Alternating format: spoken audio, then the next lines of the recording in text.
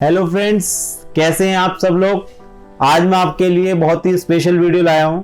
जैसा कि आप सब जानते हैं, कल जो है जीएसटी काउंसिल की मीटिंग हुई थी, तो उसमें क्या क्या इंपॉर्टेंट डिसीजन लिए गए हैं उसे आज हम डिस्कस करेंगे और उससे क्या इम्पैक्ट पड़ेगा वो भी हम डिस्कस करेंगे। और जीएसटी की जो भी ड्यू डेट्स हैं अब लेटेस्ट इस मीटिंग के बाद वो भी मैं आपको बताऊंगा और उसका मैं चार्ट डिस्क्रिप्शन बॉक्स में दे दूंगा जिसे आप डाउनलोड कर सकते हैं बाद में। तो आइए शुरू करते हैं। Recommendation of GST council related to law and procedure, ये 12 जून 4:08 पर फाइनल हुई थी। द 40 जीएसटी काउंसिल मीटिंग थी। Meet under the chairmanship of union, ये सब लिखा हुआ 40। इसमें मेजर डिसीजंस क्या हुए हैं। सबसे पहला, reduction in late fee for past returns. सबसे पहले क्या हुआ है, जो रिटर्न्स थी उस पर जो लेट फीस लगती थी उसे कम कर दिया गया है। कैसे कम कर दिया गया है?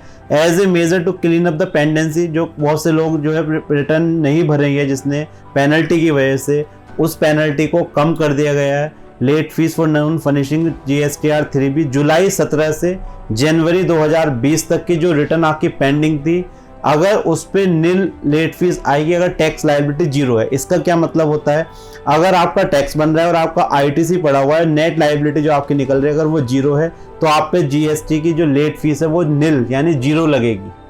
तो यहाँ पर एक प्लानिंग का स्कोप बन सकता है। जैसे आप कुछ महीने की रिटर्न नील फाइल कर दीजिए और लास्ट वाली रिटर्न आप लायबिलिटी दिखा दीजिए, जिससे क्या होगा, आपकी जो है लेट फीस नील हो जाएगी। Second, maximum late fee cap at ₹500 पर return if there is any tax liability. अगर टैक्स लायबिलिटी आपकी है तो आपको ₹500 मैक्सिमम, एक कैपिटल एक लिमिट लगा दी है। 50-50 रुपये रोड का वो काफ़ी सारा अमाउंट हो जाता है, तो अब ₹500 एक कैप लगा दिया, एक लिमिट लगा दी गई है कि 500 से ज़्यादा पर रिटर्न पेनल्टी नहीं लगेगी।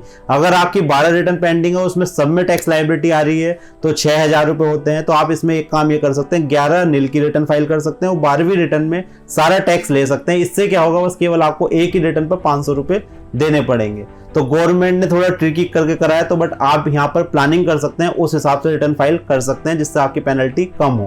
कायदे में तो गवर्नमेंट को सबको ही नील कर देना चाहिए था, बट ठीक है।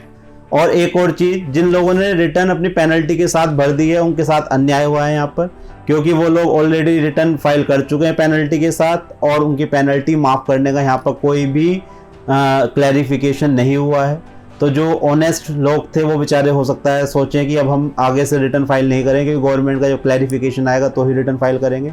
तो एक तरह से उन लोगों को डिस्करेज करा गया। कायदे में उन लोगों की जो फीस थी वो रिफंड होनी चाहिए थी यहाँ पर, जो वो ऑलरेडी पे कर चुके हैं। तो लेट्स लीव इट। दो चीज़ें हैं, अगर टैक्स लायबिलिटी है और आपकी रिटर्न जुलाई 17 से जनवरी 20 तक पेंडिंग है, नील टैक्स लायबिलिटी है तो जीरो, और अगर आपकी टैक्स लायबिलिटी तो ₹500 पर रिटर्न। अब आगे एक कंडीशन और है कि ये जो रिटर्न फनिश हो जानी चाहिए आपकी 1 जुलाई 2020 से 30 सितंबर के बीच में आपने रिटर्न फनिश कर दी हो।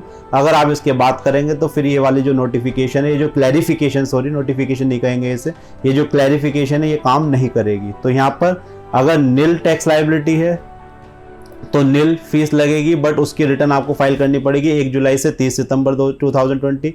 अगर टैक्स लायबिलिटी है तो ₹500 पर रिटर्न लगेंगे, बट वो भी रिटर्न आपको 1 जुलाई से 30 सितंबर तक रिटर्न फाइल करनी पड़ेगी। सेकंड क्लैरिफिकेशन क्या दिया है, further relief for small tax payers for late filing of returns for February March April 2020।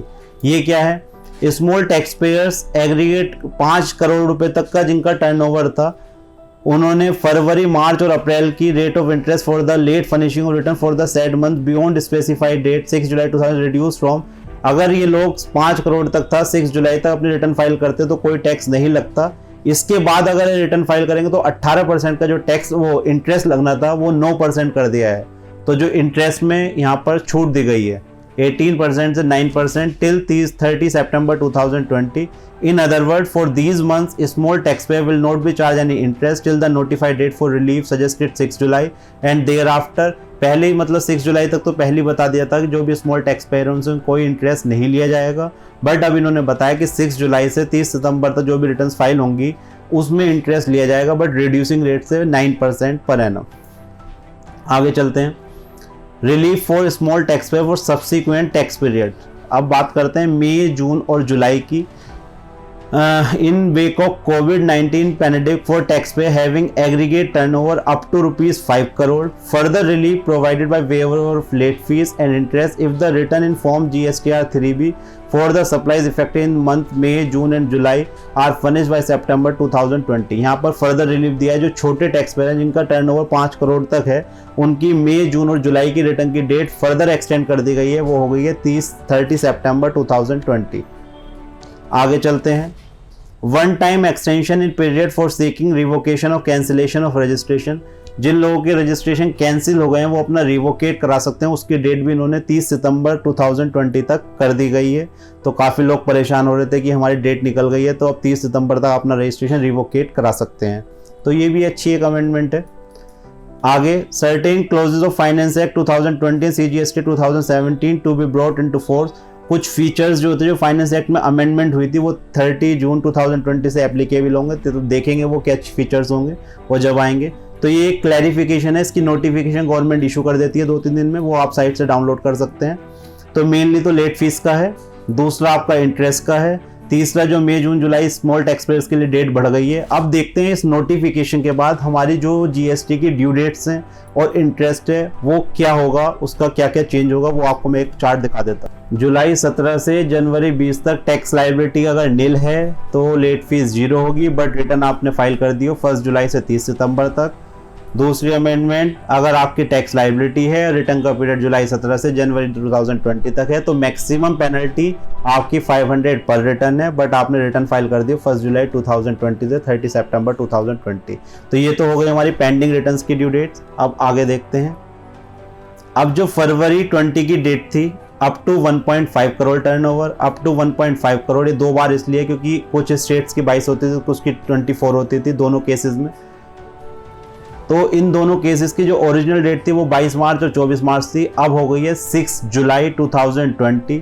और 6 जुलाई तक अगर आप रिटर्न फाइल नहीं करते हैं, तो अगर आपने टैक्स जमा नहीं कराया तो इस पर कोई भी इंटरेस्ट नहीं लगेगा, बट इसके बाद 9% टैक्स आपका लगेगा। ये भी इस क्लैरिफिकेशन के बाद इफेक्टिव हुआ है।